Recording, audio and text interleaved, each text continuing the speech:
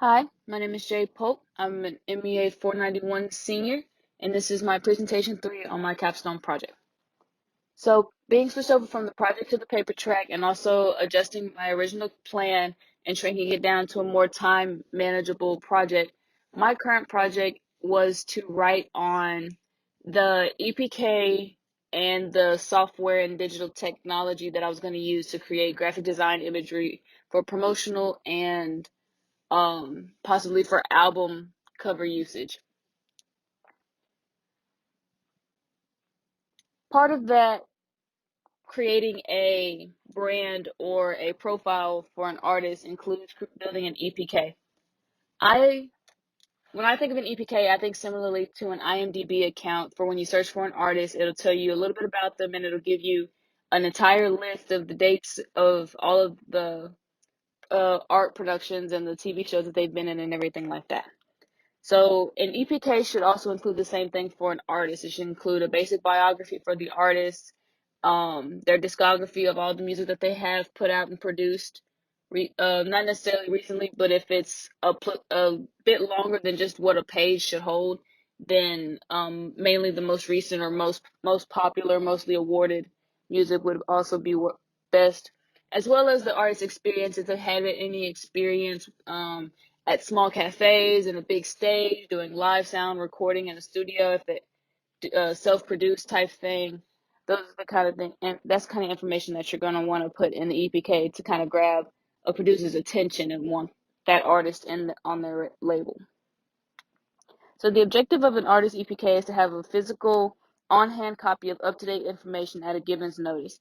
I say hard copy because I would prefer, me personally, if I were to produce an EPK, I would print it out in sort of a portfolio format to be able to present it to the producer in that moment, because there are issues that come with technology that include technology failing, software not being up to date, certain files being corrupted upon export.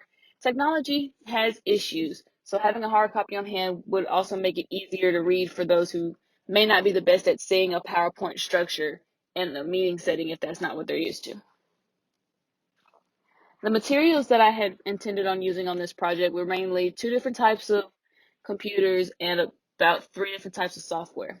So one of the softwares that I planned to use was Procreate V5.1.6 for iPad. It is a sketch paint and creating app that is used to basically start from the ground up if you're going to work with imagery that way.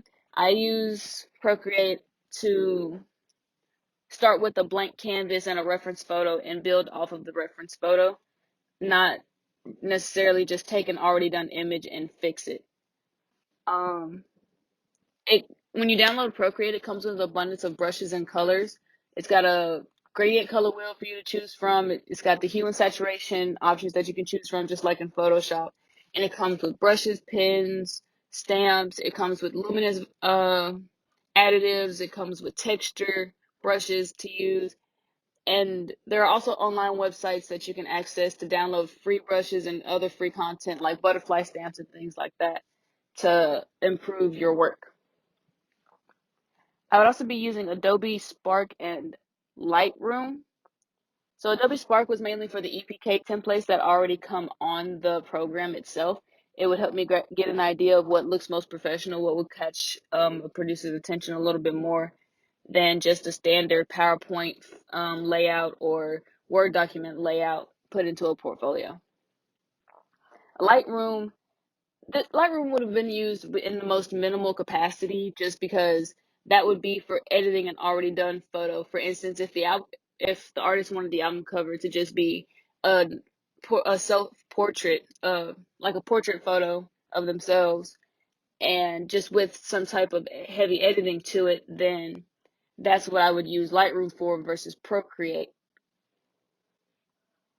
And all of these will be used on my 3rd generation iPad Air with 64 gigabytes of storage with iOS 14.4 software. Well, that was the software it had before the new software update came out. That was the software that would have been used when the project was happening.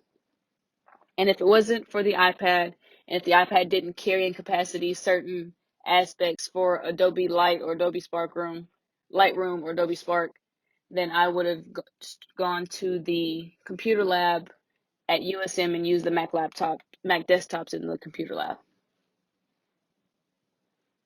I don't necessarily have a process when it comes to working with digital imagery or using my softwares, but to break it down into a simple 5-step plan, step 1 is to decide on a background color and insert a reference image.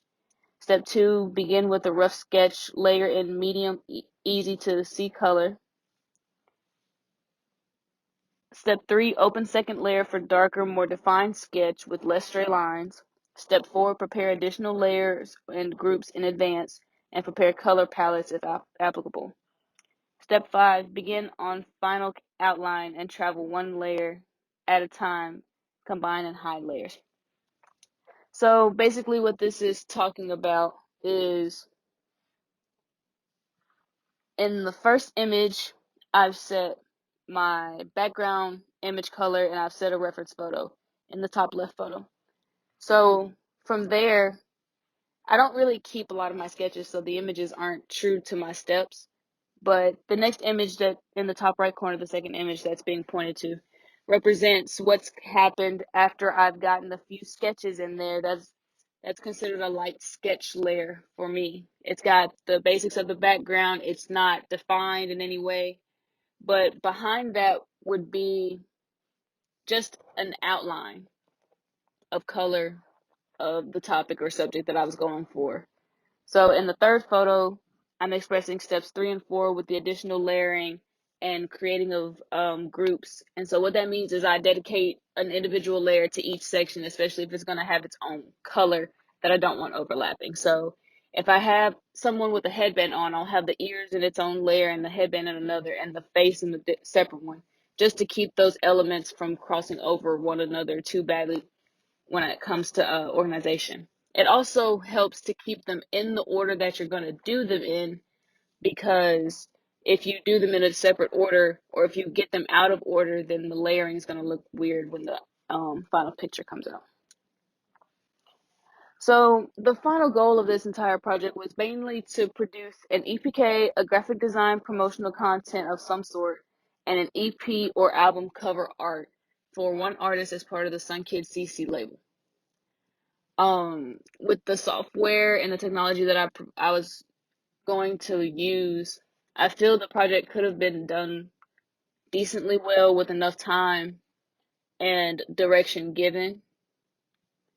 But this concludes my process that doesn't really actually isn't a process, I guess. But that is all. That is my project. Thank you.